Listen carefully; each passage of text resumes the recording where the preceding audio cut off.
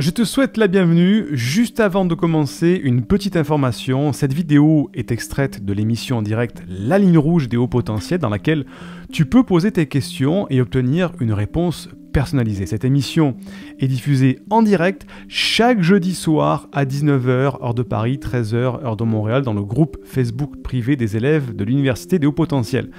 Si tu ne fais pas encore partie de ce groupe d'entraide et de bienveillance, tu peux y accéder en devenant élève de l'université. Pour cela, il te suffit juste de télécharger une première formation offerte dans le cadre de cette campagne de sensibilisation au haut potentiel. Le lien se trouve en description de cette vidéo ou en description du podcast. C'est tout simple, tu m'indiques à quelle adresse je dois t'envoyer la formation et tu la reçois tout de suite.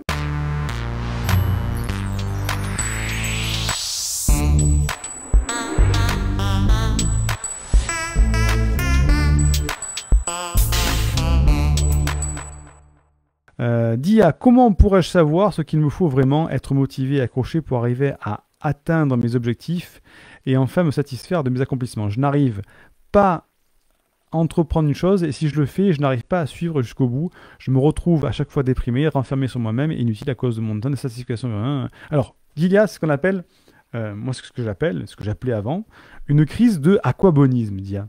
C'est se dire, mais à quoi bon? Pourquoi je fais ça? À quoi ça va me servir? Mais dans quelle direction je vais? À la fin, est-ce que ça va vraiment servir à quelque chose? C'est une crise de à quoi bon? À quoi bon faire ce que je suis en train de faire? Et les crises d'aquabonisme chez le haut potentiel, elles sont destructrices parce qu'on a tellement une pensée en arborescence qu'on se dit, tiens, pourquoi je vais commencer à, je sais pas moi, tiens, écrire une dissertation, voilà, par exemple, à l'école. Oui, ok, je vais écrire une dissertation, pourquoi? Pour avoir une bonne note, ok, une bonne note à l'école, ok. Pour avoir mon diplôme, ok, je vais avoir mon diplôme, super. Mais le diplôme, c'est pour avoir un métier, ok, ce métier-là, il y a quoi il va me servir? Pour vivre, pour manger, ok, pour être heureux. Mais je vais être heureux comment? Combien de temps on dure une vie? Une vie, ça dure, allez, 40, 50 ans d'activité intense. Tout ça, en fait, pour mourir à la fin. C'est ça une crise d'aquabonisme. C'est de l'esprit en arborescence qui est parti d'aujourd'hui jusqu'à la fin de ta vie, en quelques secondes, je t'ai résumé un petit peu, c'est dire mais j'y arrive pas. Et si en plus au milieu de ça tu mets tes échecs dans lesquels tu as l'impression de te disperser, que tu ne termines pas, tu procrastines parce que tu sais pas, voilà, on tombe dans une crise existentielle. Donc Dia, je te souhaite pas du tout ça. Je t'explique comment faire maintenant, Dia. Il faut trouver, Dia, ce que j'appelle, et pas que moi, hein, ta mission de vie. Certains donnent d'autres noms, hein, ta mission de vie, ce qu'on appelle l'ikigai, ta raison de vivre. Et c'est un petit peu comme être sur un bateau, sur un voilier, et se dire, tiens, je vais traverser l'Atlantique. C'est dangereux, il y a des vagues, la météo, tout ça. Je vais traverser l'Atlantique, mais je pars sans carte et sans boussole. Qu'est-ce qui va se passer d'après toi, Dia? Tu as commencé avec ta petite barre à partir, tu montes la voile, hop, tu pars, tu te retrouves au large, et à un moment, tu vois ni la terre derrière toi, ni la terre devant toi, tu es au milieu de l'océan Atlantique, tu sais plus trop où tu es, tu sais plus trop dans quelle direction tu vas, t'as pas de carte, t'as pas de boussole, et au bout d'un moment, tu passes par là, ça dure tout un mois par ici, 2 mois par là, et au bout d'un moment, tu es perdu au milieu de l'océan, parce que tu n'as ni carte, ni boussole. Quand on est au potentiel, une mission de vie, c'est vital. Chez un neurotypique, chez un neuropensant, c'est important, la mission de vie, mais c'est pas vital. Un neuropensant, un neurotypique va arriver, tant bien que mal, à se satisfaire d'une vie subie. Je ne dis pas que c'est bien, que c'est mal, mais on en voit tous les jours des gens qui arrivent à l'âge de la retraite, qui ont une vie plan-plan, qui ne leur plaisait pas, mais ils sont satisfaits parce que, compte fait, ils ont une vie pas trop mal. Un haut potentiel qui n'a pas de but existentiel, mais il déprime, il se sent totalement inutile, il est perdu, quoi. Et au bout d'un moment, dépression, burn-out, manque de sens dans sa vie, etc., etc. Ce qu'il faut pour un potentiel, c'est déterminer son cap. Avoir une carte, déterminer un cap et avoir la boussole pour toujours savoir où tu es. Et comment on fait pour ça? Eh bien, on détermine sa mission de vie, son ikigai. Et c'est pas pour rien que j'en ai fait la première formation de cette université, parce que c'est vital chez un haut potentiel de trouver sa mission de vie. Vital de savoir prendre un cap.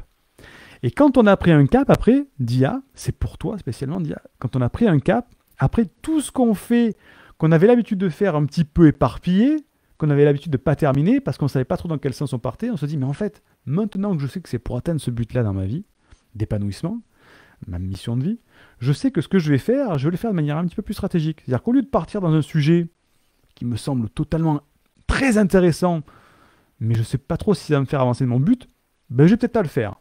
Tiens, par contre, ce sujet-là, ou ce métier-là, cette activité-là, cette région-là où je veux voyager, cette personne-là à qui je veux parler, ça va me rapprocher de mon but, de mon ikigai, de ma mission de vie. Waouh, je me lance dedans, et tu vas voir que bizarrement, tu vas aller jusqu'au bout de tout ça parce qu'il y a un sens à ce que tu fais.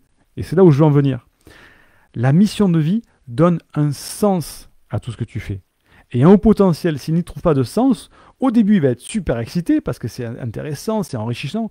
Mais au bout d'un moment, il va se dire, mais pourquoi je le fais ça? Pourquoi je me suis lancé là-dedans? Et en fait, ça manque de sens. Et il y a une crise d'accobonisme.